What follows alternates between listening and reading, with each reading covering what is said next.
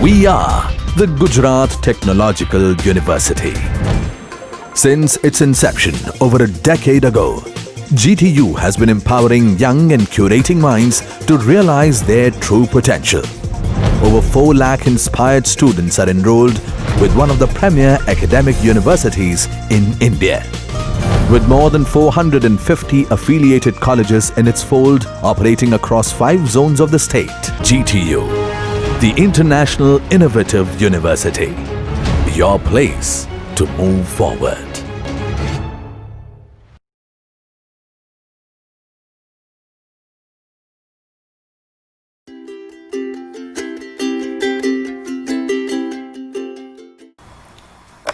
Good noon to all. Today we discuss about the qualitative test of the alcohol. First we discuss about the general introduction of the alcohol.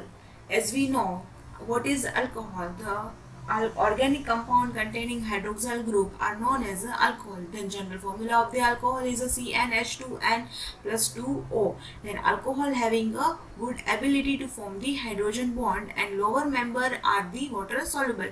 Then some examples of the alcohol is ethyl alcohol, then propyl alcohol.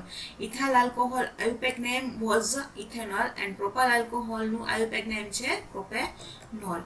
And then qualitative test of the alcohol is alcohol છે એને જુદા જુદા રિએજન્ટની સાથે આપણે reaction follows કરાવીએ તો કેવી રીતે રિએક્શન થાય છે, ક્યુ રિએક્શન ફોલોઝ થાય છે, એન્ડ ધેન આપણે કઈ વસ્તુઓ મળે છે, ક્યાં સોલ્ટ મળે છે, કઈ રીતે કઈ વસ્તુ ક્યુ કોમ્પ્લેક્સ ફોર્મેશન મળે છે, એ બધું આપણે ક્વાલિટેટિવ ટેસ્ટમાં જોવા મળે છે. Then first qualitative test is a reaction with the sodium. Reaction with the sodium is a alcohol react with the sodium at a room temperature to form the salt and hydrogen was removed.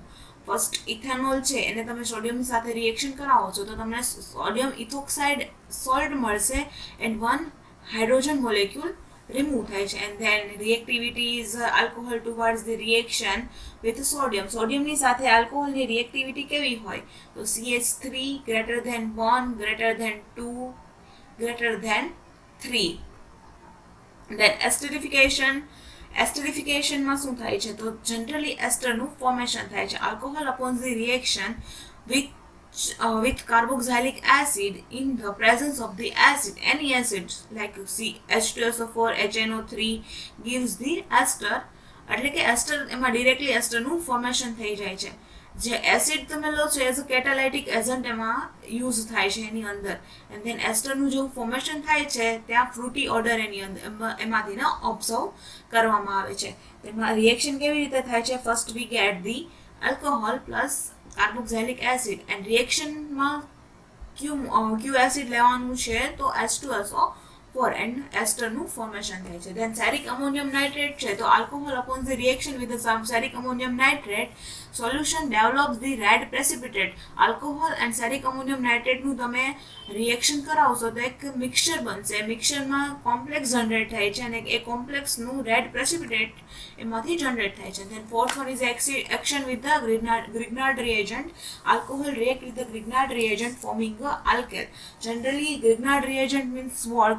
Which RMGX, that's called Grignard reagent. Alcohol છે તેને ગ્રિગ્નાર્ડ રિએજન્ટની સાથે તમે reaction follows કરાવો છો તમને એક આલ્કેનનો molecule મળશે અને એક કોમ્પ્લેક્સ ROMGX નું કોમ્પ્લેક્સ છે તે લિબરેટ થાય છે. And then fifth one is a reaction with the hydrogen halide. Hydrogen હેલાઇડની સાથે કોઈ પણ આલ્કોહોલનું રિએક્શન કરાવો છો તો alcohol react with the hydrogen halide to gives the alkyl halide and water molecule is removed. એની ઇથેનોલ છે, ઇથેનોલને તમે HCl ની સાથે હાઇડ્રોજન હેલાઇડ એટલે HCl છે હાઇડ્રોજન હેલાઇડ છે એની સાથે રિએક્શન કરાવશો તો તમને ઇથાઇલ ક્લોરાઇડ મળશે and then 1 H2O no molecule liberate થાય છે. એન્ડ ધેન એમાં રિએક્ટિવિટી કોની વધારે હોય છે તો Cl કરતાં Br ની વધારે હોય છે અને Br કરતાં I ની વધારે હોય છે. I શું કામ તો તે વધારે ન્યુક્લિયોફિલિક એજન્ટ છે એટલા માટે. Then reaction with the phosphorus halide. Phosphorus halide means એની phosphorus halide like pentachloride, phosphorus pentachloride and phosphorus trichloride. phosphorus pentachloride react with the alcohol to form the alkyl chloride. આલ્કોહોલની સાથે ફોસ્ફરસ પેન્ટાક્લોરાઇડનું આપણે reaction કરાવીએ છીએ તો આપણે શું મળે છે 1 alkyl chloride મળે છે and then POCl3 એક લિબરેટ થાય છે and then HCl મળે છે. HCl એક લિબરેટ થાય છે. ધેન ડિહાઇડ્રેશન રિએક્શન થાય છે. ડિહાઇડ્રેશન રિએક્શનમાં શું થાય તો જનરલી વોટર H મોલેક્યુલ્સ હોય છે, આઈધર વોટર મોલેક્યુલ હોય છે તે રિમૂવ થાય છે. Generally alcohol reacted with the concentrated sulphuric acid. Sulphuric acid means what? H2SO4. It undergoes the elimination of water molecule from the alkene. આલ્કીનનું formation થાય છે. First we take alcohol. આલ્કોહોલનું H2SO4 ની પ્રેઝન્સમાં હીટ કરવાનું એટલે એક આલ્કીનનો એટમ બનશે and one water molecule liberate થાય છે. And then oxidation process alcohol undergoes the oxidation, but oxidizing agents such as the acidified potassium dichromate and acidified alkyl potassium permanganate or dilute nitric acid. Alcohol છે તેમાં first શું કરાવવાનું છે? Oxidation process કરાવવાની છે. Oxidation પ્રોસેસમાં શું થાય? હાઇડ્રોજન રિમૂવ થાય અને ઓક્સિજનનું એડિશન થાય. હાઇડ્રોજન રિમૂવ થશે એટલા માટે જે આલ્કોહોલ છે આલ્કોહોલમાંથી ને એક વોટર મોલેક્યુલ રિમૂવ થાય છે એન્ડ ધેન વન ઓક્સિજન એમાં એડ થશે. વોટર મોલેક્યુલ રિમૂવ થઈ જશે એટલે જે OH માંથી OH એટમ છે તે આખા લિબરેટ થઈ જશે અને CH2 જે છે એની પાસેથી એક H રિમૂવ થઈ જાય છે એન્ડ ધેન પાછું એક O એડ થાય છે એટલે CH3CHO. O છે તે CH ની બાજુમાં જઈને અટેચ થાય છે એન્ડ ધેન પાછો એક O એની અંદર એડ થાય છે એટલે તમને શું મળે છે? એક એસિડિક એસિડ. એક એસિડનું ફોર્મેશન થાય છે. Then action of the reduced copper. Dehydrogenation reaction એમને કહેવામાં આવે છે. Primary, secondary or tertiary alcohol give a different product when their vapor are passed over reduced copper at a 573 Kelvin degree temperature. Two hydrogen atom eliminated and formation of the carbon hydrogen double bond. This process is known as a catalytic dehydrogenation.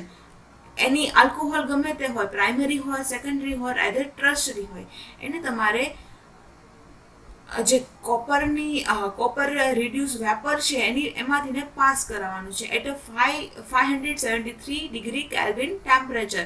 એટલે એમાંથી ને 2 hydrogen remove થાય છે અને એક આલ્ડીહાઇડનું atom બને છે. આલ્ડીહાઇડનું atom બને એટલે જે આપણે કોપર લીધેલું છે, કોપર એઝ અ કેટાલાઇટિક એજન્ટ તરીકે આપણે એમાં યુઝ કરેલું છે. કેટાલાઇટિક ડિહાઇડ્રોજનેશન પ્રોસેસ આની અંદર ફોલોઝ થાય છે. એવી જ રીતે સેકન્ડરી આલ્કોહોલ આપણે લઈએ તો secondary alcohol is a dehydrogenation to make a ketone. તો એની અંદર આલ્ડીહાઇડની પ્લેસ ઉપર કીટોનનું ફોર્મેશન થશે એન્ડ ટર્શરી આલ્કોહોલમાં સેમ એઝ ઓલિફિનનું ફોર્મેશન થાય છે. And then distinguish class of the alcohol. આલ્કોહોલના ક્લાસને ડિસ્ટિંગ્યુશ કરવા માટે ટેસ્ટ આવે છે. તેમાં Lucas test. First one is a Lucas test. Lucas test is a alcohol shaken with Lucas reagent.